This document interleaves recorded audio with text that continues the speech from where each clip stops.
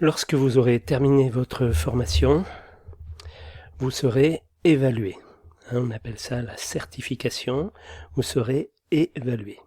Je veux vous faire comprendre, et que ce soit clair, que vous ne passez pas le bac.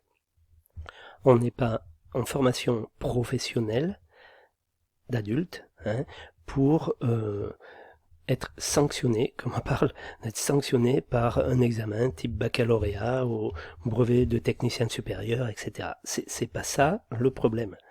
Là, vous allez voir ici, on va vous expliquer comment vous allez être évalué à la fin de votre formation, de façon à obtenir votre titre professionnel de technicien supérieur du bâtiment, option économie de la construction.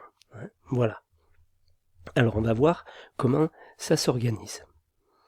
Donc, alors on parle d'abord des références de la spécialité, donc l'intitulé, le sigle, TESBEC, le niveau 5 par rapport au cadre de 2019, au cadre national des certifications, le code NSF 230N, études et projets d'architecture et de décor, le code ROM F1108, F1106. Lorsque vous voulez regarder les emplois sur Pôle emploi, vous pouvez taper le code ROM, ainsi que le code NSF d'ailleurs, le format code 22232, la date de l'arrêté qui a été pris au niveau du ministère du Travail, c'est le 12 juillet 2019. Il est paru au journal officiel le 27 juillet 2019 pour une date d'effet le 15 avril 2020. Voilà. Donc, modalité d'évaluation du titre professionnel. Suivant l'arrêté du 22 décembre 2015 relatif aux conditions de délivrance du titre professionnel du ministère chargé de l'emploi. Voilà. D'abord, les compétences des candidats par VAE ou issus d'un parcours continu de formation pour l'accès au titre professionnel sont évaluées par un jury. Donc ça vous concerne, vous êtes issu d'un parcours continu de formation, c'est votre cas. Donc au vu d'une mise en situation professionnelle ou d'une présentation d'un projet réalisé en amont de la session, alors pour nous c'est une mise en situation professionnelle, éventuellement complétée par d'autres modalités d'évaluation, entretien technique, questionnaire professionnel, questionnement à partir de production. Pour nous, c'est l'entretien technique qui nous concerne. Ce qui est écrit là, c'est le cadre général, suivant l'arrêté du 22 décembre 2015. Voilà.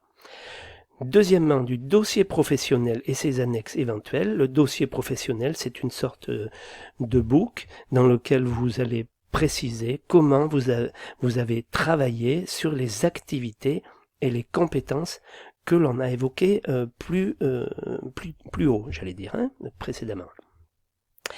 Au vu aussi des résultats des évaluations passées en cours de formation pour les candidats issus d'un parcours de formation, vous serez évalué régulièrement, je vous préviendrai lorsque vous serez évalué.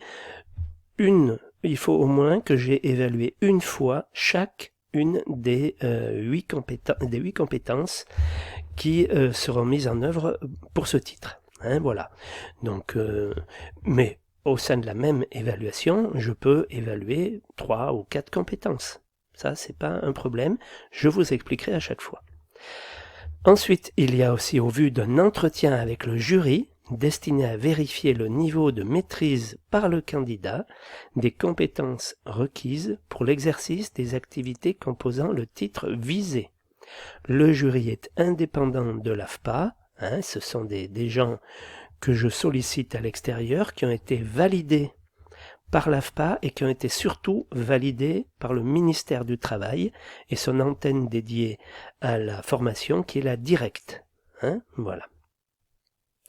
Donc, ensuite on va faire une autre vidéo.